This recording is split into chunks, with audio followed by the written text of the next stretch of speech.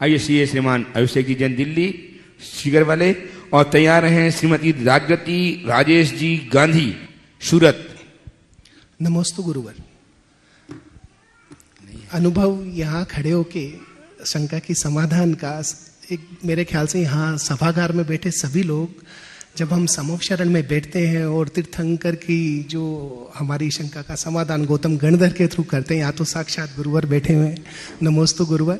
और Jain social group Delhi के अध्यक्ष होने के नाते आपको सभी हमारे परिवार और हमारे परिवार की तरफ से नमोस्तु। गुरुवर, हमारे 24 तीर्थंकर वर्तमान काल में भी है, भूतकाल में भी हुए और भविष्य काल में भी हैं। पर गुरुवर आज ऐसा 3 काल में ऐसा अलग अलग क्यों गुरुवर? अब हम भूतकाल की बात करें तो भूतकाल में आज मेरे ख्याल से हमें बैठे हुए बहुत कम नाम याद होंगे, तो क्यों ना ऐसा, मतलब मेरे शंका इस तरह की है कि एक ही 24 तीर्थंकर मतलब एक काल से आगे की तरफ जाएं, ऐसा क्यों नहीं गुरु? बहुत अच्छा। देखो, इसके पीछे एक बहुत बड़ी दृष्टि है। जैन धर्म किसी अनादि सिद्ध परमात्मा पर विश्वास नहीं करता।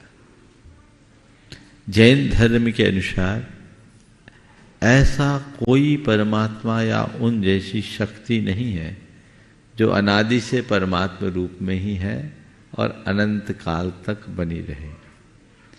जैन धर्म के अनुसार हर आत्मा परमात्मा है और हर आत्मा अपनी चेतना का क्रमिक विकास करके परमात्मा बन सकता है। समझ गए? क्रमिक विकास करके परमात्मा बन सकता है। हमारे जितने भी 24 तीर्थंकर हुए हैं, प्रत्येक काल के 24 ही के तीर्थंकर कभी हमारी तुम्हारी तरह सामान्य मनुष्य ही थे। हर प्राणी परमेश्वर बन सकता है, हर जीव जिनेंद्र बन सकता है, हर नर नारायण बन सकता है, हर कंकर शंकर बन सकता है। ये जैन धर्म का सबसे बड़ा उद्घोष है। तो ये बात दर्शाने के लिए, इस बात को बताने के लिए कि देखो हमारी ये जो 24 है ये आज की नहीं है, अनादि की है। अतीत में दूसरे 24 थे, वर्तमान में दूसरे और भविष्य में दूसरे होंगे। ये क्रम बदलेगा। एक ही परमात्मा बार बार अवतरित नहीं होंगे। जैन धर्म में अवतारवाद को कोई स्थान नहीं। क्यों अवतार? क्यों? परमात्मा का नीचे क्यों आना? परमात्मा तो वह है जो कृतकृत्य हो गया। नीचे किसके लिए आना? यानी अभी उनमें कोई इच्छाएं शेष है, और जब तक इच्छा शेष है तब तक परमात्मा नहीं हो सकता। आत्मा ही परमात्मा बनता है। अवतरण नीचे आना है। जैन धर्म अवतारवाद नहीं, उत्तारवाद। आओ तरो जाओ।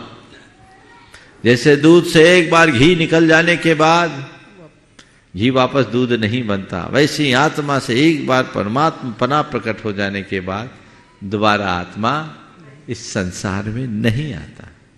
तो ये बात दर्शाने के लिए बताते, भूत में भी 24 थी, भविष्य में भी 24 थी, पर हमारी पूजा तो वर्तमान ही है। हमारे 24 तीर्थंकरों के ही मंदिर बनते हैं। हमारे मूल आराध्य वर्तमान के 24 ही हैं। लोगों को जनाने के लिए त्रिकाल 24 की स्थापना होती है। कई जगह विद्यमान 20 तीर्थंकरों की भी कर देते हैं, लेकिन मूल आय कौन है? 24। इसलिए हमारे मूल आराध्य 24 तीर्थंकर हैं। हमें उन्हीं 24 तीर्थंकरों की आराधना करके चलना चाहिए, उस पर ही विश्वास और भरोसा करना चाहिए।